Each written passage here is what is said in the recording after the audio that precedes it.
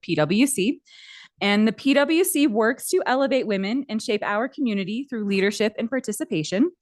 We are on an all volunteer board where we work to provide voter education in the community. And we are definitely grateful for you joining us tonight and for the candidates who are dedicating their time and being here as well. So this event is being live streamed on YouTube, as we are very aware now, and will be archived on the PwC YouTube page for viewing at a later date. Melanie Montoya Wasserman, also a PwC Governing Council member, is going to be our timekeeper for the evening, and she will notify candidates when their time has elapsed. So we want to extend a huge thank you to Tri-County Health Network for partnering with us to provide simultaneous interpretation and babysitting for the evening. We are incredibly grateful to have Antonio Rodriguez here, who is providing that interpretation. And we have headphones available in the back of the room for anyone who would like to listen in Spanish as well as English. And so, Antonio, if you'd like to introduce yourself really quickly. Yeah, you have to go to the mic. Hi everybody, my name is Antonio, and I'm going to be providing simultaneous interpretation for whoever needs it. I don't see anyone there yet, but it's so important to take into consideration the other big chunk of the population, which their primary language is Spanish. So thank you to Tri-County for having me here today, and I just would like to acknowledge the big effort to be inclusive in public spaces in all the aspects of the regular life of the citizens in Terra. Thank you, and I'll be doing that. Okay, good evening. I'm Amy Levick, and we want to start the evening by briefly explaining the context of this June 25th primary election and later the November 5th general election. San Miguel County is broken up into 3 districts. District 1 and District 3 commissioner seats are up for election in 2024. And all Board of County Commissioner seats are at-large seats, meaning that all San Miguel County residents can vote for each seat regardless of where you live. Our event tonight focuses on the District 1 seat. We have 2 Democratic candidates running, Ann Brown and Geneva Shawnette. The District 1 seat will be determined at the primary election on June 25th. That's coming up because no Republican or independent candidate is running for the District 1 seat. So the winner of the primary will still need to be voted into their seat in the November election. A little confusing. District 3 has 2 candidates running, Candy Meehan as an independent and Galena Gleason as a Democrat. Their race will be determined in November as each candidate is from a different party. So to start the forum, each candidate will have 1 minute to introduce themselves, and we will start with Ann Brown and alternate from there throughout the evening. Okay, here we go. Hi, I'm Ann Brown. I've lived in the county for 35 years in all 3 commissioner districts, including 10 years in the town of Telluride. I raised my family here while working full-time in the market research industry, and have been serving the community in various capacities since I first arrived, including now as the incumbent District 1 commissioner. I would like to thank the PwC for bringing important issues to the attention of our community, for providing a platform for civil discourse. And I especially want to echo what Antonio said. Appreciate you having included our Spanish-speaking community in this forum by providing interpretation. On Sunday, I went to NUCLA to represent the county by attending Senator Bennett's listening session on the proposed Dolores River Monument. There were over 500 people there with strong opposing views. It was perfectly respectful and extremely informative, and I look forward to a similar civil discourse and sharing of information here today. Thank you, Ann. Geneva? Thank you so much. Hello, everybody. My name is Geneva Shawnette. I am 37 years old. I'm a twice elected Telluride Town Council member, and I've lived and worked full-time in the region for the last 15 years. I'm running for office at the county level because I see a lot of county residents that need support and representation. People are not in stable housing. They need childcare, access to mental health support, and on top of it all, the class divide is widening. We're seeing some examples of special interests fighting and delaying meaningful community housing projects, and I want to see action and improve efficiency in the work of our local government. I believe in robust debate, public input, and constituent criticism of government actions. I think that diverse opinions and public discourse are part of a healthy democracy, and I think it creates meaningful dialogue and a more collaborative outcome overall. I hope that my record on council in this department speaks for itself. I believe that our government can and should support opening up a pathway to stability and support for our community members through government projects and policies. If you agree and want to see measurable progress and action on these issues, I hope you will vote for me. Thanks. Thank you, Geneva. Okay, so for the form questions, each question will be displayed on the screen, and you both will have 2.5 minutes to answer each question. We ask that you speak clearly and at a moderate pace to make Antonio's life a little easier tonight when he does have to interpret for us. If you need the question repeated, please ask us, and we're happy to do that. Amy and I, as moderators, may use our discretion to follow up on a question or ask for clarifications. If we do that, each candidate will have 30 seconds to clarify themselves further. So we'll get started, and this question will go to Geneva first now, since we're going to alternate. So knowing that county commissioners or county commissions have a lot of discretion in how they spend their time, how do you see yourself prioritizing local, state, and federal issues? Are there specific topics that you are already engaging in?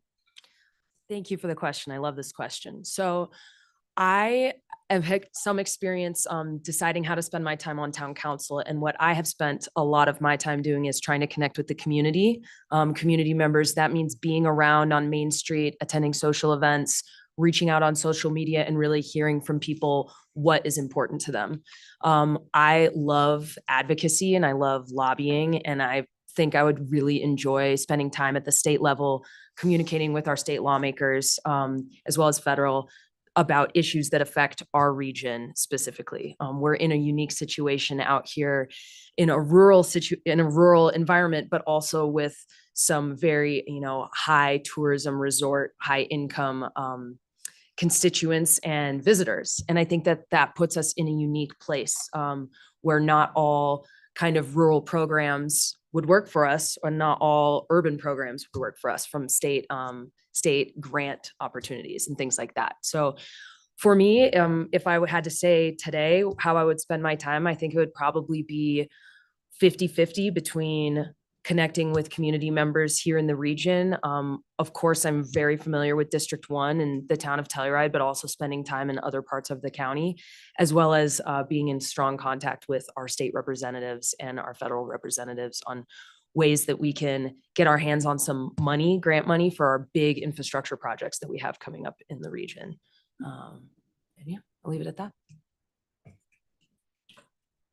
Are we looking? Is it my turn? I was going to say, do we need to provide any extra time for Antonio between questions, or just keep going? Okay. All right, good. Then yes, do you want me to repeat the question for you? Okay. Good. Thank you very much. Right. Yes, it's true that commissioners do have a lot of discretion in how they spend their time. And it's actually one of the pleasures of the job, because you can really lean into the areas that you think are important. And we do work together collaboratively, the 3 commissioners, to make sure we're kind of covering as many bases as possible based on our experiences and our interests and expertise and so forth. So I spent the first year working primarily on local issues. I mean, that is absolutely the priority of the county commissioner. I had 4 priorities when I entered office, and I've now expanded it to 5. I think I had a pretty good sense of what the commissioner or the county needed at the time, because I had already been working for the county for about 3.5 years and in the public health department, and in fact had put together a health assessment for the commissioners that pulled together about 4 different studies to understand kind of the areas that we needed to focus on. And so I brought those with me when I joined the commission about 4 years ago. Those included workforce housing, behavioral health, which is the umbrella term for mental health and substance misuse, the East End Master Plan, and then immigrant advocacy. So those were the 4 that I kind of leaned into when I first arrived and have continued to do so. The fifth one that came up during my tenure, my 1 year, is the solar regulations, which are extremely important, both in terms of our being able to fulfill our climate action plan and in terms of addressing climate change globally, nationally, regionally, and then of course also in terms of protecting our precious lands here. So there's some conflicting important things there that made that a priority for me. And that's been something that the BOCC, Board of County Commissioners, and Planning Commission have worked on jointly together, which is pretty unusual at this stage, but it's gone very well and we're getting pretty close. In terms of state issues, my predecessor, Hillary Cooper, was very effective at the state level and very well known. Big shoes to fill. I wasn't quite ready to do it, but I did my best. I do represent the county on CCAT and CCI, which are the two advocacy groups for commissioners, counties. And I hope as I get more up to speed locally, I can spend more time there. Thank you. Okay, and the next one starts out with you. And here's an idea. How will you balance representing people who live in unincorporated San Miguel County and the people who live in the incorporated municipalities throughout the county? Sure. That's kind of a tricky one. As I think it was you, Amy, who mentioned, each of the commissioners lives in one of the geographic areas, but we are elected by the county at large and we represent the county at large. Our primary kind of thing we're able to do is to manage what happens in the unincorporated areas of the community.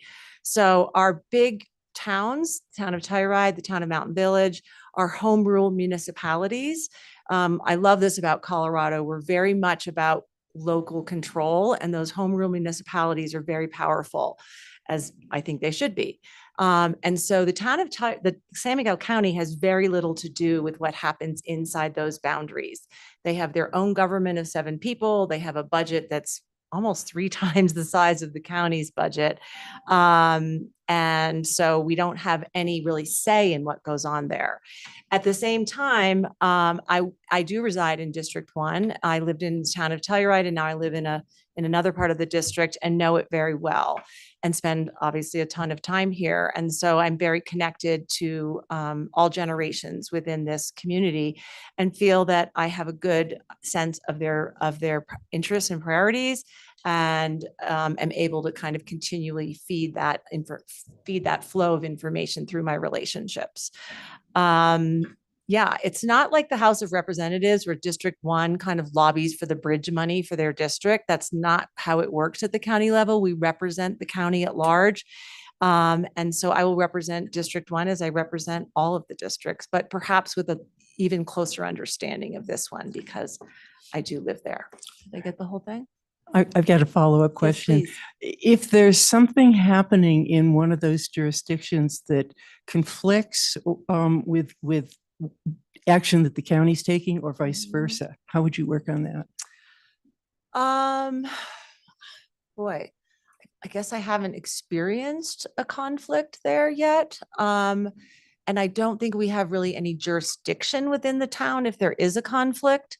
So I don't have a good example to lean into there, Amy, but I'm a very collaborative worker, and I'm actually very excited about the collaboration that's occurring now among the 3 primary jurisdictions here. So I think that we would sit down together and talk about our different perspectives, if we have them, our different roles, and how we can figure out a way forward that works for all of us. Okay, thank you. Geneva, do you want me to repeat the question? No, that's okay. I can read it up there. Balancing representing people who live in unincorporated versus incorporated municipalities. I think that every San Miguel County resident deserves representation at the county level, whether they live in a municipality or they don't. Our districts are separated by population. They're meant to be 3 roughly equal population districts, and candidates or county commissioners must reside in each to qualify for their seat. But I think that the point of having districts to begin with is to have different backgrounds and different influences at the county level. I certainly agree with Anne that there's people who live in unincorporated county that may have a distinct specific issue for their area that has to do with road maintenance or plowing or other county zoning issues that aren't covered by Mountain Village building code or Town of Telluride zoning code. But I don't think that that means that people who live within municipalities don't deserve someone who understands their needs overall at the county level. We are right now in the midst of collaborating, and I say we, I mean the Town of Telluride, the Town of Mountain Village, San Miguel County, the Town of Norwood, many HOAs. Everybody's collaborating together on some big projects, including the wastewater treatment plant and the gondola and SMART, which is sort of the overseeing organization that is going to guide the gondola funding and management over the next period of time. And I think it's really important for people who are sitting at the county level to have a really good connection and understanding and communication, consistent communication with all of those different municipalities. I think that they need to understand, especially more the districts that they come from, what the challenges, what the needs, what the desires are from their constituents. Yeah, is there any follow-up questions there? Oh, sorry, I was reading the instructions. Do we get a response to that? Geneva gets an extra 30 seconds because you got an extra 30 seconds with the Amy's follow-up question. Okay, so we no response. Okay, that's okay.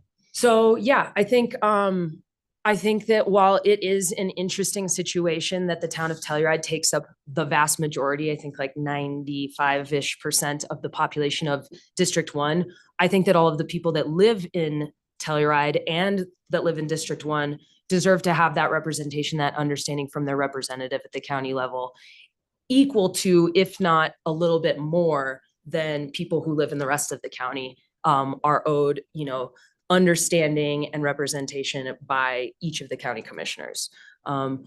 We have a lot of big budget items coming up, and collaboration is really key, and being on the same page and understanding what everybody's desires are is really important. Thank you.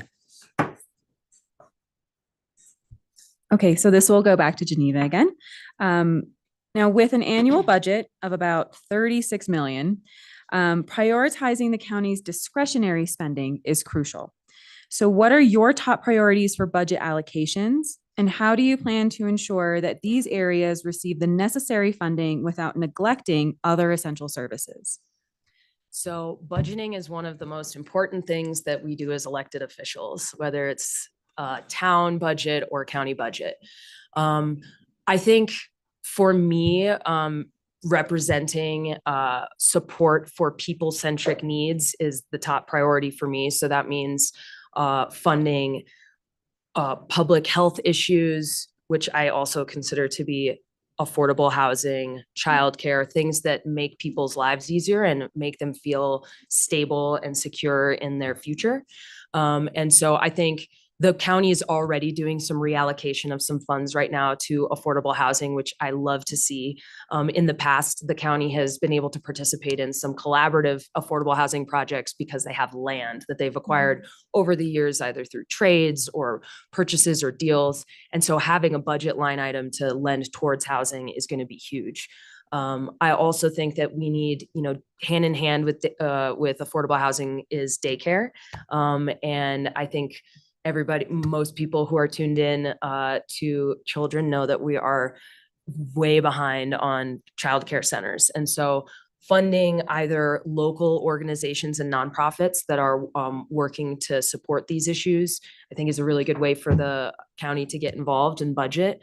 And as opposed to starting new programs, there's a lot of great work going on now that needs extra funding. And let's see, the rest of the question. I think that essential services, there's things that we sort of take for granted that are sort of the unsexy parts of government, like plowing the roads and making sure the toilets flush. We can't defund those things. It's really important as the government to ensure that transportation, emergency response, infrastructure like wastewater and water are kind of the number one cannot neglect items that are in our budget that are really important for us to maintain. So if there's extra discretionary budget spending, I look forward to reallocating that, but certainly not at the expense of defunding other really important programs. Thank you. Anne, if you're ready.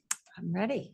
I agree with your opening statement that probably the most important part of the job of a county commissioner is managing the budget. And in our case, the budget is quite limited. I would say I have a good background, as good a background as anybody to understand and manage the budget at the county. I have a degree in economics from Yale University, where I graduated cum laude. I've served on a number of boards in the area, including as treasurer on 2. So I have a good sense of how to look at historical, current, and long-term budgets. In fact, we revamped the whole budget sort of approach for a board that I served on. Just want to provide a little perspective on how relatively little money the county has to work with compared to, for example, the town of Telluride. In 2024, the county budget is just over $36 million. And that includes a lot of grant money, a lot of pass-throughs from the state and federal government, and a lot of mill levies that are already directed to essential services. So I haven't crunched the numbers, but we have very little discretionary funding. And that $36 million divided by 8,000 so residents we have is $4,500 per resident. For the town of Telluride budget, I have to say I'm relying on my kitchen cabinet. So if I got that wrong, I've got someone to blame besides myself. But my understanding is that the 24 budget is $95 million. And the quick math suggests that's $35,000 per resident versus $4,500. Again, with very little of our money being discretionary. So we have to treat that very carefully. We take a very frugal approach that starts with the county manager, who is one of the, I don't want to say cheap, he's frugal. He is a really good, very good steward of our money, as do the 3 commissioners. None of us are wealthy people. So we take that very very seriously. In terms of the discretionary money, we have a very well-established set of priorities that the commissioners developed as soon as after I took office. Our top 3 priorities are housing, behavioral health, and climate resiliency. Sadly, the housing line item that Geneva referred to, where we're trying to reallocate some funding from an existing mill levy, not raise taxes, will provide less than $1 million a year, maybe 600. But we're doing what we can with what we have. Yeah, and I don't think there's really much risk of, okay. Thank you. Okay, Anne, we'll start with you on this one. Do you think that we can solve our county-wide housing deficit through ADUs, through adding ADUs, minor scale projects, and infill development? Or do we also need larger developments like planned unit developments? I guess that's yes. We can solve it through ADUs, minor scale projects, infill developments, and we need new planned developments. We also need transportation. I think that's another big part. Not everybody who works here wants to live in Telluride, and so, or even in the county. And so I think we need to address it kind of all hands, all approaches on deck. And I just want to say, some of you don't know me very well, but that workforce housing has been my #1 priority since I first became county commissioner or first volunteered. The issue is very personal to me. Like everybody, many people here, I lived through the housing struggle myself. I moved over 9 times in my years in the county, 12 if you count the times that we were caretakers and we had to move out for Christmas and spring break. When the owners came to stay in their home. And of course, those are the hardest times to find housing. My children who were born and raised in Telluride haven't figured out a way to live here yet. So this issue is very personal. When I was pregnant with our first child, Toby and I bought our first home. That's my husband back there at Fairway 4. It was the first deed restricted ownership property in the county. So it was pretty risky and a little bit scary. And it was a big stretch for us. When we brought Sandy home, our first son, to that house, we had $1,500 in the bank. Obviously, we are more well-established now. We've been here a long time and we have both worked hard to build the life that we have here. But when I was a young person, I lived the housing struggle myself. And so I get it. I know it's worse. I know it's worse. Everything is worse. But it's not like I don't understand it and that my own children aren't living through it. How much time do I have? I forgot to start my clock. 40 seconds. 40 seconds. And housing, we are taking an all hands on deck approach at the county. We are, for the first time, developing 4 projects of our own, I should say 3.5. We have developed the community housing zone district to try to, it needs work, we're reworking it, to try to expedite, hopefully now smaller projects, although it was applied very successfully to the Alexander project in Ilium Valley. We're exploring a ballot measure to reallocate some existing mill levies. We're supporting the Telluride Foundation as they significantly revamp the Housing Opportunity Fund. That's in early stages, but we will provide seed money, I hope, and also a backstop. And we are looking at reviewing ADU regulations. Thank you. Geneva? Thank you. So I believe that we need a multi-pronged approach, and I call it the 3 Ps. I got to talk about this at the forum last weekend. I think the first thing we need to do is private property zoning amendments that incentivize and allow people to choose their own way to add to the affordable housing stock in our community. That means ADUs and minor scale projects. There has been some work on that through the community housing zone district, as Ann mentioned. I know that's getting reworked, and I hope that it stays broad enough to remove the red tape and the difficulty for private property owners to be able to do that kind of action for those who want to do something on their own property. The second P is public projects. I have a lot of experience with that with my work on town council, and that means larger scale projects that are able to leverage larger bonding and create deed restricted projects on public land. That can mean projects that the town of Telluride has done, like Voodoo, where we design and build the whole thing ourselves, or public-private partnership where we work with an outside developer, give them a very cheap land lease, and they create housing within parameters that we request. And the third thing is policy. And I know a lot of folks have been paying attention to the town of Telluride housing deed restriction and rental housing policies and guidelines that we have. What we're discovering is that the original rules that we had for a lot of our projects don't apply to our residents anymore because things have changed. The economy has changed, online work has changed, people's incomes have changed. And what we're trying to do now is figure out a way to manage those rules to better fit our community members while still providing housing for our lower income members of the community who still need the more affordable housing, the lower income appropriate housing. And yeah, those are my 3 Ps: private property, public property, and policy. I think that the policy also extends to San Miguel County deed restrictions. And there's been some movement and some interest in potentially adjusting some of those to better fit our community members who've been living in housing for a long time.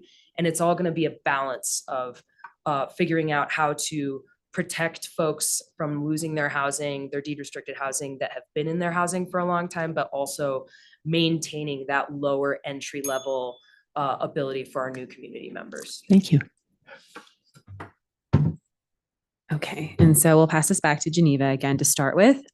So given that the loudest opponents often dominate discussions, how would you approach decision-making to ensure all voices and interests are heard? Great question. I've been a part of some very controversial projects in the last 7 years. And I think the loud opponents definitely know how to utilize our government communication systems through email, through coming to town council meetings and speaking publicly, from flagging us down on the street to let us know their feelings. And I think that's that is a huge part of democracy, and I think a really important part. I am trying to find, and I have been trying to find, other ways to reach out to folks. I've done a lot of outreach on Kodo through my GS for Government segment, trying to just get out the word about things that are coming up. Also more recently been part of Latino Advocacy Commission meetings and CAFE meetings, and trying to figure out ways where the town of Telluride can adjust our communication strategy to be more accessible to more parts of our community. When it comes to decision making, I think, at least for me, I'm very bold and outspoken about what I believe and what I think should happen and what my mission will be getting elected. And so I feel a certain sense of confidence that if I am elected, that the people believe in my decision making. That doesn't mean I don't want to keep listening to everybody and keep learning about every situation. But I think that it's important to remember that folks who don't hold a certain privilege to be able to understand how to navigate the communication systems of government are rarely going to be able to participate in measurable ways that it seems like some of our loud, really involved, passionate community members do. So I try and use an adjustment of my experience and my communication and the outreach that I do to really try and scoop into the feedback, people who don't have time to come to county meetings or town meetings, people that are working, people that are watching their kids, and who maybe don't even know what's going on because they haven't had time to really get to know the issues and understand the nuances of some of these really big discussions and really controversial discussions. So to sum it up, I think I would say I approach decision-making by trying to reach out to as many people as possible in as many ways and meet them where they are. I don't need to reach out to folks who are tuned in already. I need to reach out to folks who aren't. Thank you. Anne? Thank you. It is true that the loudest opponents often dominate discussions and that those are often people of privilege who have the wherewithal to access information and have flexible schedules and so forth. And so I agree with Geneva. I think it's important that as a commissioner, we go out into the community to engage with those who don't have that same privilege. The other thing, and I do that by serving on, together the commissioners serve on about 40 boards, which we kind of distribute amongst ourselves based on our interests and expertise. I mentioned something like that earlier. And that's a great way of staying in touch with different constituencies. That I also feel that we just need to be out and about. And that is something that I've had more time or I've dedicated more time to during this campaign. The first year was a lot of in the office, getting up to speed, going to meetings. But during the campaign, I held probably 12 meet and greets, often with people that I didn't know. And it was really enlightening and interesting to hear from those folks. I hadn't thought that when the county didn't open one of the passes until later in the summer, how much it would impact that Jeep business owner. And that's the kind of thing I think I will continue to do in this term, is to hold more meet and greets. Engagement with constituents is actually one of the county's priorities for the coming year. And we are doing that through a lot more outreach in terms of just sharing information so people understand what's happening in multiple channels. And then also, as I said, going out into the community. We've had coffee with the commissioner, which I had hoped would be cocktails with the commissioner, but I got overruled. And we have a new PIO who I think is doing a terrific job. And then just, calling on people when I need to hear from them, sitting in their living rooms, walking through their fields, inviting them into my home. That's how I do it. Thank you. Mhm. That was my question. Oh, I'm sorry. You're good. I'm sorry. Okay, Anne, here we go. Mhm. What elements of the climate action plan and the climate change and resiliency in the East End Master Plan are your highest priorities for implementation? Okay, let me find my notes on that. It's funny, I was on the phone today with Joan May, who a lot of you may know. She is a former county commissioner and works for CC4CA, which is a climate advocacy group at the state level. And we were talking about my priorities versus her priorities and how strongly she feels about the work I'm doing. And yet there are a few things that she feels I'm slacking on. And one of those is climate and the environment.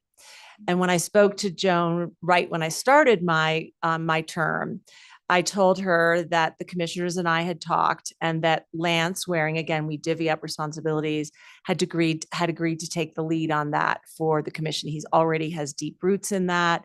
And I had a lot of other priorities and things that I needed to get up to speed with. So I will not pretend that I am deeply aware of the details of the climate action plan. I will tell you that I'm thrilled that the county, along with all the other regional municipalities, have adopted it. And I will tell you that the county is working very hard to do our part. And that includes working on an EV readiness plan. It includes on getting funding currently now for EV chargers, looking at which parts of our fleet we can turn to electric. 70% of our power is generated by our own solar facilities. We have about 6 or 7 of those, including 2 microgrids. And we have a very robust and exciting PES program, which pays farmers and ranchers for carbon sequestration projects. We have a natural resources director who spends more time than she's paid to weigh in on U.S. Forest Service and BLM plans and provide the county perspective on that. We have always been a leader in climate action in the state, and we continue to be so. I will say we rely heavily on Eco Action Partners. They're kind of our sustainability department for leading this effort. Lance Waring, my colleague, is on that board and is the chair. We help fund Eco Action Partners, and I know that we are doing as much as any county, if not more, to address climate change, which I view as an existential threat. But again, not my particular area of expertise at this time. Thank you. Geneva? Okay, the climate action plan. If housing wasn't such an issue for me, and for my community and my generation, climate would be number one. And it still is hugely important. I think the most important thing that the county can do is integrate climate action policies and lenses on all of the programs that we do. And that goes from zoning to new projects, the way we develop our transportation system, and everything in between. When we've done a lot of work on town of Telluride's climate action plan, and we measure all these different categories of greenhouse gas emissions. And I always have been really excited about compost, but my heart kind of sank when I saw how low compost and waste diversion is in greenhouse gas emissions when compared to, say, buildings and transportation. But buildings and building energy use for cooling, heating, using your stove, everything like that is so far ahead of all of the other contributors to greenhouse gas emissions that I think that tidying up our building code and requiring more higher green policies, LEED certifications, that sort of thing, like we've done at Sunnyside, which is a totally net zero affordable housing project, that should be the gold standard for the region. When it comes to the West End, I went to the West End last weekend and talked a lot with the Norwood mayor about water issues, both water conservation, but also just their infrastructure for the water system there and how that relates to being able to put out fires. And we have a really large risk of wildfires in our region, but especially in the West End. So I would love to see how, I'm also new to, of course, West End climate issues, but I think figuring out a way that our county can support Norwood's ability in climate resiliency as it pertains to water conservation, getting enough water for their agricultural industries out there, but also improving their ability to fight fires through their water system. Because right now they basically have been told that they don't have the correct amount of pressure regulation. And if they were to put on a fire hose and put out a fire, it would kind of explode their water system, which is not good. So I think in summing it up, West End climate resiliency, East End, I think we need building code improvements. Okay. And so back again to Geneva. So what are your values around environmental issues and natural resources? What are you passionate about in this area? And what are you willing to do to promote environmental stewardship? So this is a little bit related to our last question, but I think we're all here. It's hard work to live in this county, no matter what part of the county you live in. And I think we're all here on purpose, and we're all here because we love this landscape, the mountains, the mesas, the canyons, everything in between. I think that our number one natural resource is water. Telluride is uniquely positioned to be at the headwaters of, the entire region, really, and have taken that job very seriously. But we can always see more improvements in the way that we manage our water, control, not wasting processed water, making sure we take care of the river.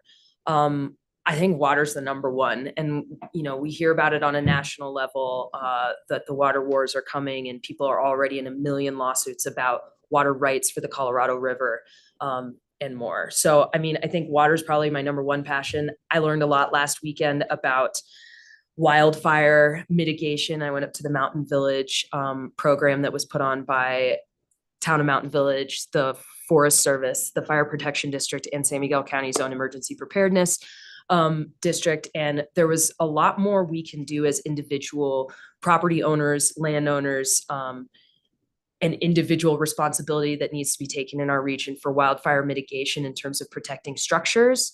And there's a lot of information more about that on the county's website. But I think that we need to be working together with the latest science on wildfire mitigation, protecting structures by clearing away brush and smaller trees at different intervals.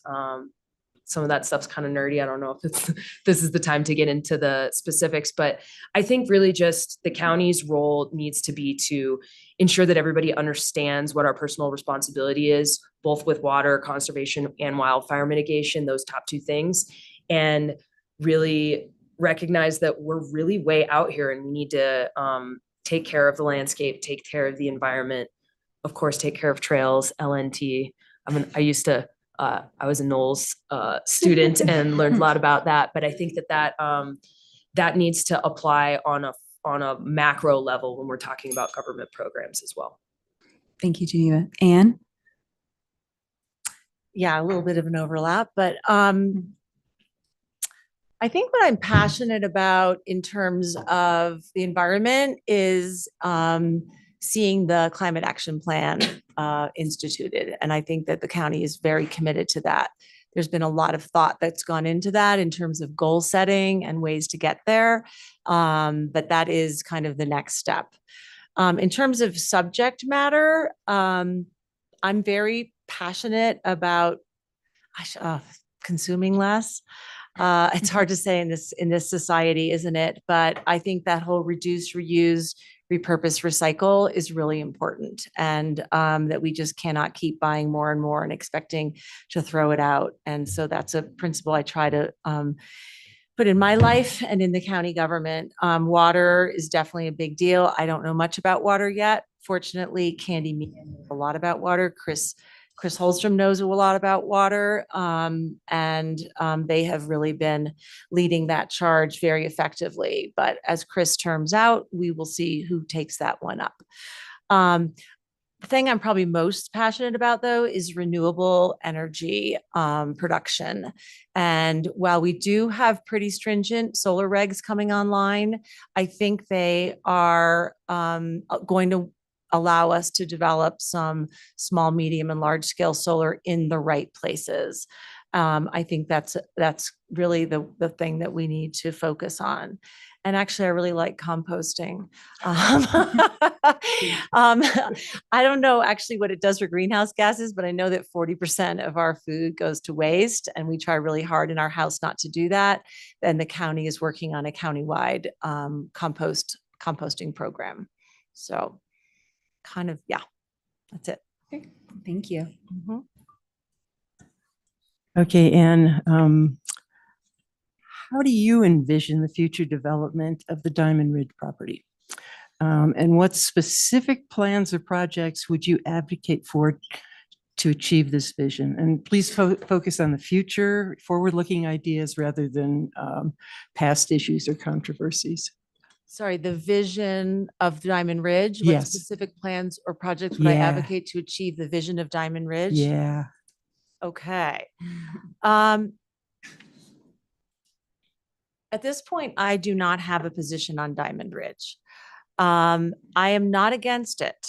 I'm not against it. I did speak out as a private citizen on May 22nd when the Board of County Commissioners made the rezoning position. And at that time, I just urged the Board of County Commissioners to wait until they had more information, or at least they could share that information with the public so that we could get on board with the spending of $7.21 million. And yes, $5 million of that was DOLA money, but let's not forget that DOLA money comes from taxpayers as well, including from communities far less wealthy than ours. So I did not say no to Diamond Ridge and I will not say no to Diamond Ridge today. What I will say yes to is an open public process that decides the future of Diamond Ridge. I don't have the information yet. We were going to have a meeting together with the new commissioner, me, and the new council members to go over what I thought was the information that the council and the commission had when they made that decision. I trust that they made it with the best of intentions, but the community wasn't in on that decision, and so we don't know. My understanding was that we were going to have a public meeting to review those studies, and when I found out that we weren't, I protested. They tried to convince me, certain people, that we should have this meeting because there were legal matters to discuss. At that time, there were no lawsuits. There were politics to discuss. I didn't feel that this was a political decision. I felt like this was going to be a rational decision that we made with good information. I was also told that newer elected officials might feel uncomfortable asking questions and speaking in public. And so the meeting was scheduled to be a 100% executive session. I didn't feel like that was the right way to revisit the Diamond Ridge situation, which was seen as a secret process. I don't know that it was really secret. I think a lot of it happened during the pandemic when people were just not able to engage. I think it was done with the best of intentions. In terms of moving it forward, my vision would be that we have an open public process, that we put all of our cards on the table and talk about all the information that we had and that may have been updated since that decision was made, that we do have a housing strategic kind of meeting among the jurisdictions to understand what our priorities should be in terms of projects. And then we decide together whether we want to move forward or not. Thank you. Geneva? Okay, so I believe in land banking, and I think that that's something that's been on the goals and objectives for the town of Telluride for a long time, as well as for the county as a way to promote future potential housing projects. This property is close to town and on a road that can easily get a bus line. It's also sunny and beautiful, and I think would be a great site for a potential housing project. I think in the past, the history of this project has been obviously fraught and very controversial. And I think that the reasoning for that is that the community housing zone district was very broad and would have allowed a much shorter pathway to get to a development plan. And I think that a lot of community members were uncomfortable with that for such a potentially large project. And I totally understand that. I think that having an affordable housing PUD process to figure out what will fit on the site, getting a ton of public input, having public meetings leading up to a development application is a really great way to move forward from here. And if through that process, the feedback is that the community at large does not want a project up there, then I think that the town and the county as joint owners will have to go back to the drawing board and see what other things can be done on that property.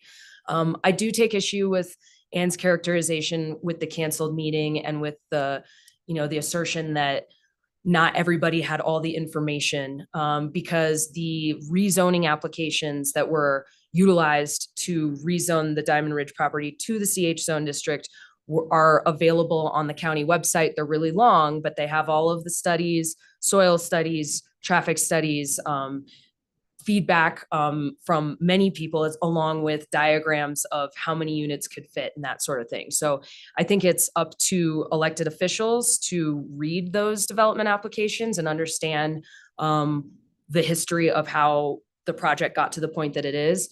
And I think that we do need to have a meeting to discuss legal ramifications. We just received word from a lawsuit that's been in progress today, and I look forward to discussing that in executive session, because that's how town governments and county governments discuss legal issues at first. But I do think that there's a bright future ahead for a super open discussion about this property and what can go on it. Okay, thank you. Okay, so for this section, we will now move on to where the candidates will have an opportunity to ask one another a question. And so candidates will have 2 minutes to respond to the question. And then the candidate who asked the question will get a 30-second rebuttal if they choose. And so with this, again, we're going to continue kind of in the back and forth. We'll start with Geneva asking Anne a question at this time. Okay. This question kind of came up earlier today and in the forum last week, so I think I would love to revisit. You mentioned today that Telluride residents have their own government to go to with their issues and their management, and aren't subject to county policies and programs, I guess. But with these big collaborative projects coming up, does that mean that you don't think that their input is important in the county's perspective of negotiating? And if that's a mischaracterization of what you meant, don't you think it's important to reach out to and collaborate with local municipalities, especially those of your own district, and to understand the needs of the residents of your district? Okay, can you put that up on the PowerPoint so I can return to it? First of all, I live in District 1, Geneva. Okay, I lived in the town of Telluride for 10 years, and I currently reside in the town of Telluride. And the idea that the representative from District 1 needs to live on Main Street is a little offensive to me. I think that all of the voices in District 1 need to be represented. I have 35 years of relationships with people in District 1 as well as other districts, and I continue to develop those. As a county representative, when we are working on collaborative projects, I obviously feel that the county and the town is very well represented by its council and the Mountain Village by its council. My job is to weigh all of the county's needs and all of the residents' needs. And so, yes, I absolutely think about my friends who live in District 1 and the people I don't know in District 1, as well as District 2, as well as District 3. Did I fully answer the question? I mean, I think that my question is really centered on why there hasn't been in your last year as a commissioner more communication with the town of Telluride directly and our government, since we have an ability to distill the representation we're providing for our constituents. I'm not suggesting you have to live on Main Street, but I do find it surprising that you haven't done as much outreach to the local government here or to community members within the town of Telluride as you have outside of District 1. Okay, do I respond? Go for it. Yeah. Okay. I don't know what you mean by I haven't done as much outreach to residents in District 1. I'm in town almost every day, and this is where probably half of my friends live and 80% of the people that I work with. So I am always in District 1. In terms of working with the town council, I don't know if you expect me to come to town council meetings. I participate in all of the regional organizations that we work on and that we work together on, and listen closely to what's going on in all of those jurisdictions. So I guess I take objection to the fact that I'm not as engaged in District 1 as you think that I am not. I think it would be an expectation to come to at least one of our council team or council meetings to at least introduce yourself and trade numbers with members of town council. And that hasn't happened despite an invitation being extended. So that's where I see just a really big disconnect right now between the District 1 seat at the county and the largest municipality in the region, or excuse me, it's the same population wise, but where most people work and where the economic center of our region is. Can you remind me of the invitation that I declined? The town manager invited you to come introduce yourself to our council at a council meeting, and that never happened. Okay, we're gonna I don't shift recall that over to the next invitation. I would have question. enjoyed it. I love meeting Yeah. with people and speaking in public. So we'll switch over now for Anne to then ask your question to Geneva. Geneva, Yes, Anne. I would like to invite you to lunch on June 27th. Are you available? I have an event contract, but I'll see if Sorry, I I have a can follow. I have a skip out and follow-up. meet you. That's 2 days after this primary, and I would invite you for the day right after the vote count, but I have a Board of County Commissioners that day. And you know, I have not missed one Board of County Commissioners meeting since I was appointed last spring, because you visited the county offices to ask for my attendance record. I have not missed one meeting, and I won't miss the one the day after the election. And anyway, no matter what the primary results, I'd like to have lunch with you so we can start to repair or perhaps rebuild or build this relationship. Well, I have focused my campaign on respectfully discussing my record and my priorities for moving forward. You've thrown zingers. And I'm gonna interrupt you though and ask what the question is that you have for Geneva beyond just the lunch. Is there a follow-up question? No, this is why I want to have lunch. You've thrown zingers and spread information, But Anne, misinformation. this and is a tried to question for her to undermine have my 2 relationship. minutes as a response, and then you can have a rebuttal. Would you like to have lunch on June 27th? If so, when and where? And I will treat. Absolutely. I will have to figure out when I can get my lunch break from the gig I have that day. And I would love to have lunch and talk about all of these issues and better ways for the town of Telluride and the county to work together. I feel like there's a disconnect. I know you're referring to the email I sent out to many members of the community about testimony that you gave at the state on behalf of the county, mentioning the town of Telluride multiple times without talking to us about it. And that was a really big deal, not just to me, but everybody on town council. And I called everyone on town council to both ask how they felt about this letter I was writing, make sure that they didn't feel like it was mudslinging or incorrect, or make sure that it didn't feel like it was too accusatory and that it was based in fact. And all of them gave me a thumbs up, as well as editorial changes that they recommended for a way to make it more specific and to the point and really try and avoid an adversarial and or mean tone to it. It was a really big deal and really upsetting to our town council that you went and gave testimony without consulting us about it. I don't think it's fair to say that what I was sending around was misinformation, because I was simply quoting you and then quoting myself and then giving justification for why I thought that there was a problem here. And I also, I read a rebuttal that you wrote to that email that said that I didn't come to you first, when in fact I came to your county meeting to give my comments and to express myself and represent the whole town council about our feelings about your actions. And I don't think that that's inappropriate. We're in a campaign and a race, and pointing out why we think we might be the better candidate is part of campaigning for office. I think we have different approaches and feelings about that. I think this country is in a very tender time with a lot of division and unpleasant discourse. And I had hoped for better for this campaign, Geneva. And the issue that I'm speaking to is not just the short-term rental, which actually has turned out to be a great learning experience for me. So thank you for bringing that up. But it's also the information on the street about my stance on Diamond Ridge. It's the information on the street about how I've been invited to a meeting that I didn't attend, which I have no memory of. I don't know where that went. And I'm surprised there wasn't a follow-up.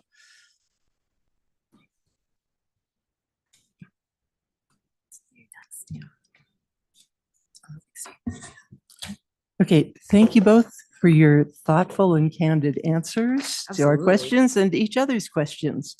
Now it's time for closing remarks. So each candidate will have 2 minutes to make the closing remarks, and we'll start with Geneva first.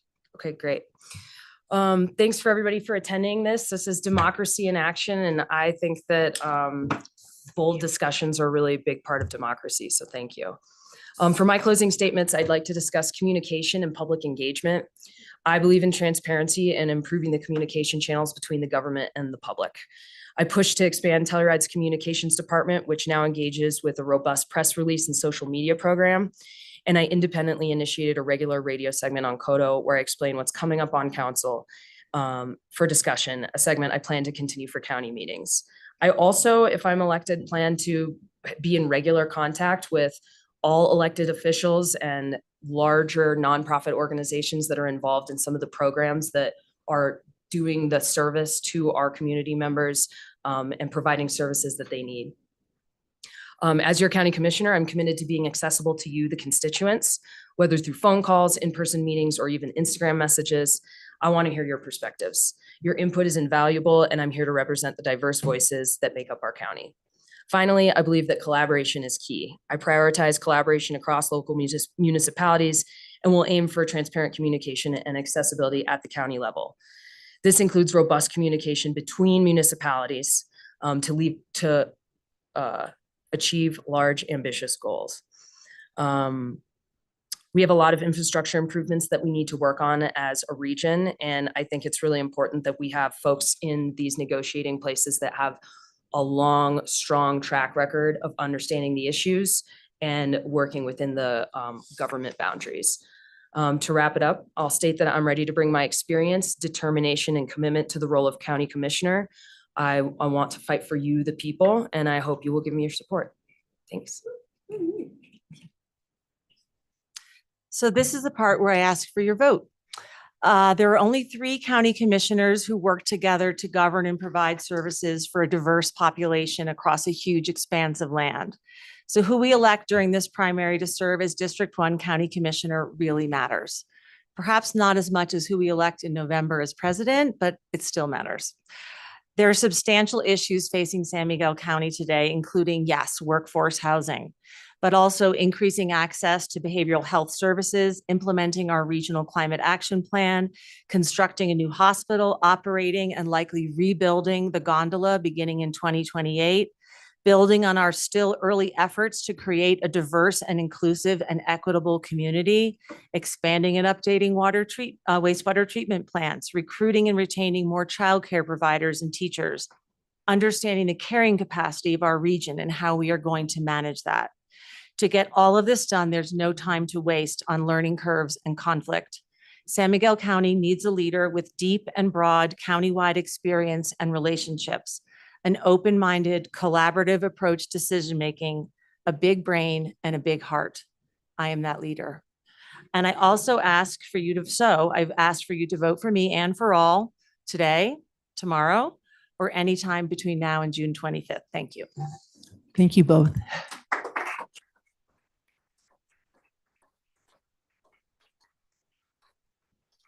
And so we thank you all, everyone, for attending our forum this evening. And we at the PwC are grateful for your engagement in local politics and your commitment to your community. And we especially thank you, Anne and Geneva, for your thoughtful remarks. Running for office is a challenging endeavor, and we want to express our appreciation for both of these candidates who currently serve in public office and are seeking to continue their service. Public service is becoming increasingly demanding, and your dedication is commendable. Sorry. If you would like, I know I'm reading myself. If you would like to learn more about PwC or possibly join our mailing list, there is a sign-up sheet in the back of the room. This is a very important election year, and the PwC will be providing voter education events in the late summer and fall as we prepare for general elections as well. So we maintain an election-specific page with lots of resources on our website. So please check us out at sanjuanprogressive.org. And ballots have been mailed to all San Miguel County residents. And if you have not received your ballot, please reach out to the county clerk's department. And don't forget to vote by 7 p.m. on Tuesday, June 25th.